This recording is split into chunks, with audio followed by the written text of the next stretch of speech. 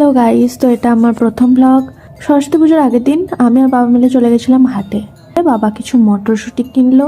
কাকু সহ্য ছিল না, কাকু তাড়াহুড়ো করে মটরশুঁটি নিজেই বুড়ো বুড়ো মটরশুঁটিগুলো ভরে দিল। বাবা নিয়ে নিল হচ্ছে কিছু টমেটো।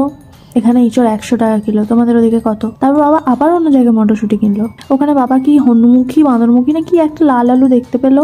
ওখানে একটা কিউট মতো আন্টির সাথে পরিচয় হলো। আমি ছাগল ছানাটা খুবই ছোট্ট মতো, যাই হোক ছাগল ছানা ছোটই হবে। দেন বাবা কিছু সিম নিয়ে নিল। আর এই কে খ্যাপা লোকটা জানি না, অত বড় 4 চাকাটা ভরে দিচ্ছিল হাটের ভেতরে। তারপর সিজনের কিছু বেগুন মূলো কিনলাম। তারপর জিনিসগুলো এত ভারী হয়ে গেছিল আর ভিডিও করার সুযোগ হয়ে ওঠেনি।